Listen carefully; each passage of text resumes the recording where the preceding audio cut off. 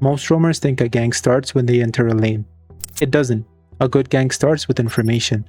You need to know where the enemy jungler started, where the enemy mid and roamer are, when the next wave is arriving, and whether your teammates can actually help. Without the information, you're not ganking, you're kind of just guessing. So I'm going to show you exactly what I look for before I make a play, starting from the first minute of the game. By the end of this video, you'll know exactly why your last few ganks failed, and more importantly, how to stop making the same mistakes.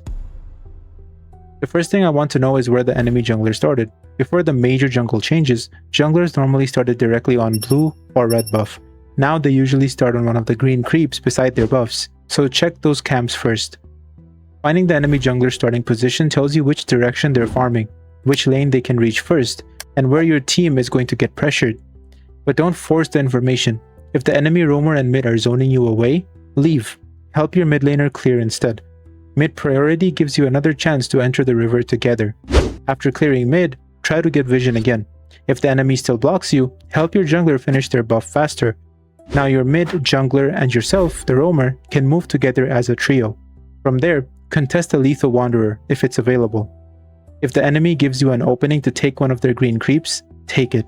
If there's no opening, don't stand around. Return to mid and help clear the next wave. As a roamer, you should be involved in almost every early mid wave. Mid priority unlocks the map. If your mid clears first, they can move with you. If the enemy mid clears first, they can follow your rotation and turn your gank into a losing fight. That brings me to one of the biggest problems with how people gank. They only look at the person they want to kill. They don't look at everybody who could arrive. Before the first turtle, I usually prioritize XP lane over gold lane. The game may tell you to go gold. Your gold laner may ping you 20 times, but that doesn't automatically make it the right play. Your gold laner is designed to scale. During the early game, your jungler and XP laner normally have much more impact on the first turtle. So after securing mid priority, I look for an opportunity on XP. I'm not always trying to force a kill. Sometimes I'm just helping my XP laner clear faster. That lets us contest the XP crab. If my XP laner gets that extra experience, they usually hit level 4 before their opponent. Now when turtle spawns, we have another ultimate while the enemy might not.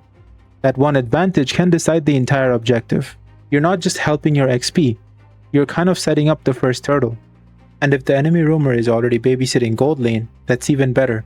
You're creating pressure on the opposite side of the map, while they're investing resources into a lane that usually isn't deciding the first turtle fight. This is actually one of the biggest things I focus on in my coaching. I've been coaching for over a year now. I'm a 300+ star player, and I've helped players from Epic all the way to Immortal improve their decision making. I've also got a lot of great feedback and testimonials from players who've climbed after applying these concepts. If you want personalized coaching, where I'll review your gameplay, fix your mistakes, and help you improve faster, the booking link is in the description. Now let's get back to the guide. Before entering a lane, count the players. Let's say you want to gank XP with your mid laner. That gives you 3 players, your XP, your mid, and you. Now ask yourself, where's my jungler? And more importantly, where is their jungler? If your jungler is farming on the opposite side, while the enemy jungler is already moving towards XP, this isn't a 3 versus 3. It's a 4 versus 3. The enemy has their XP, their mid, roamer, and jungler. You lose that fight before anyone even presses a skill. You always need to track the enemy mid after every wave. You need to also track the enemy roamer. Estimate the enemy jungler's path based on where they started. You're not always going to have vision, but you should always be able to predict or have some kind of prediction, because information is what's going to make you win the fights, right? And your mechanics is what's going to finish the fights. Today's video is sponsored by Eldorado. If you're looking to top up your Mobile Legends diamonds for a much cheaper price, you definitely need to check them out. And you will also be supporting the channel by using my affiliate link in the description.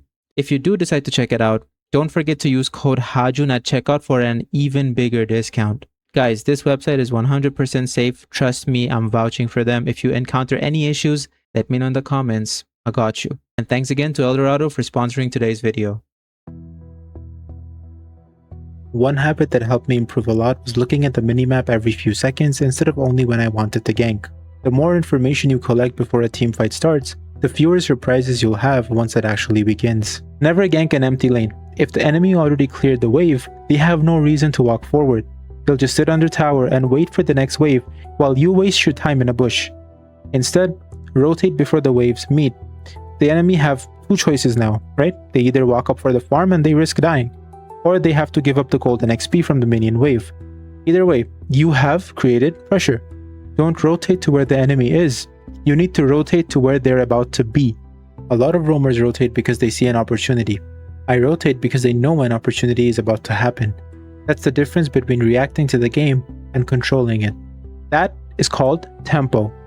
Also, pay attention to cooldowns. If the enemy just used a dash or used a major ability to clear the wave, that's your timing. They're distracted and they have fewer options to escape. Don't force a kill. A successful gank doesn't always end with a kill.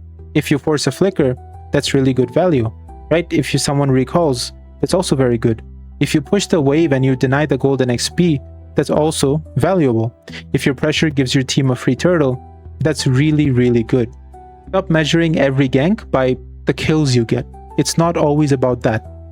You need to measure it by what your team is gaining afterwards. Sometimes the best gank is the one where nobody dies. You force the enemy back, secure the objective, and now the next fight becomes much easier because you've already created an advantage. After the first turtle, I start giving gold lane more attention, because by then gold laner is getting closer to their item spikes, but nothing else really changes. You need to just clear mid first, track the enemy rotation, and check the wave.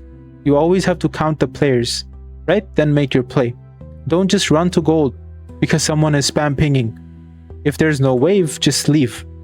If you're outnumbered, leave. If the opportunity is gone, just leave. Good roamers, they know when to engage, but great roamers, they know when they should not engage. Now, I'll give you a quick checklist, okay? Before every gank, you need to ask yourself 5 questions. Where is the enemy jungler? Where are the enemy mid and roamer? Is the wave about to meet?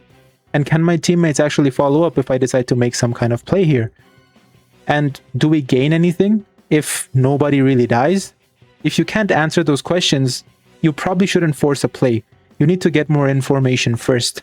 If you start tracking the enemy jungler, clearing mid consistently, and playing around wave tempo, and also thinking about numbers instead of just looking for kills, I promise, you'll start seeing a massive difference in your games.